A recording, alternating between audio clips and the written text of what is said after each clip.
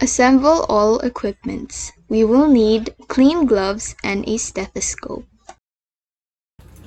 Good morning, Ma'am Johnson. My name is Lancetti de la Serna, and I will be your student nurse for today. May I know your full name? Okay, great. So for today, we will be doing the Leopold's maneuver. We will be able to identify the positioning and presentation of your baby.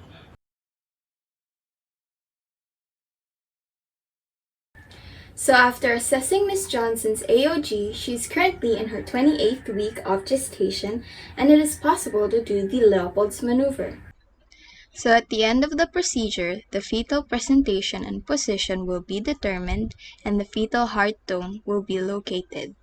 So Miss Johnson, I will explain the procedure for you first and what is contained in each step. So the first step or the first maneuver will help us identify if your baby is in breech or cephalic presentation, meaning it's either the head that is on top or the buttocks, or the head is at the bottom or the buttocks. The second maneuver will help us identify where your baby's back is and will help us identify the small parts or the hands and the legs. The third maneuver will help us confirm the first maneuver, meaning if what we found in the fundus is the head, then the presenting part must be the buttocks, or if we found that the buttocks is at the fundus, then the head must be at the bottom. It will also help us identify the fetal heart tone once we find the baby's back. And the fourth maneuver will be able to tell if the baby's head is engaged or not. So Miss Johnson, have you gone to the toilet? Okay, that's great. So could you flex your legs for me? Okay, great. So I'm just gonna put a pillow on your hip, okay? It just eases the procedure.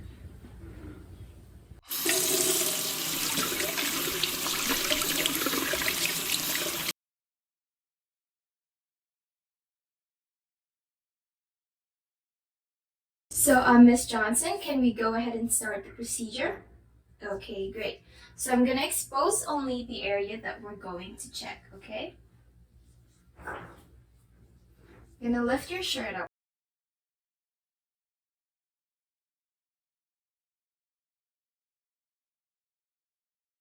So we're gonna first do the first maneuver. We're gonna place our hands on the fundus like a diamond or triangle shape. And I'm going to palpate for the part that is in the fundus. If it's soft, then it's the buttocks. And if it's hard, then it's the baby's head. So now for the second maneuver, we're going to palpate for the baby's back.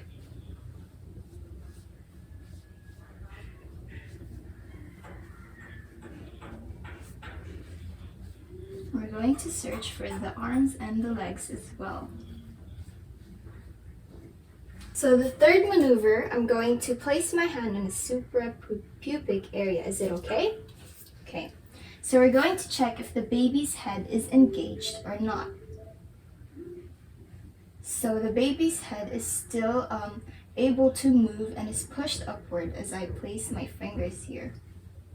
So the baby's head is not yet engaged. So now for the fourth maneuver, I will put both my hands on the uterus area. Is it okay? Okay. So we will now feel for the cephalic prominence or to see if the baby is extended or is flexed. So I'm just gonna push it here. So Ma'am Johnson, I'm just going to put back your shirt and cover you up with a blanket so you don't feel cold. Thank you so much, Miss Johnson. So we're just going to validate the data that we've gathered. So the baby is at 28th week AOG, and we have palpated the baby's head in the uterus area. Although it is not engaged yet, and it's still floating as it is still movable. So I'm now going to discard PPE.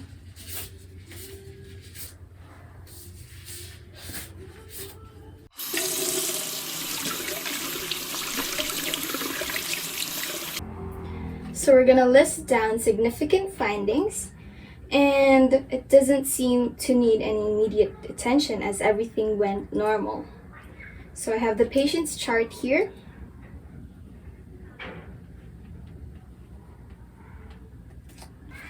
So after doing the procedure, we were able to evaluate the baby's positioning and presentation. So the baby is already at a cephalic presentation, although the head is not engaged yet as it is still floating, and we were able to determine or locate the baby's fetal heart tone.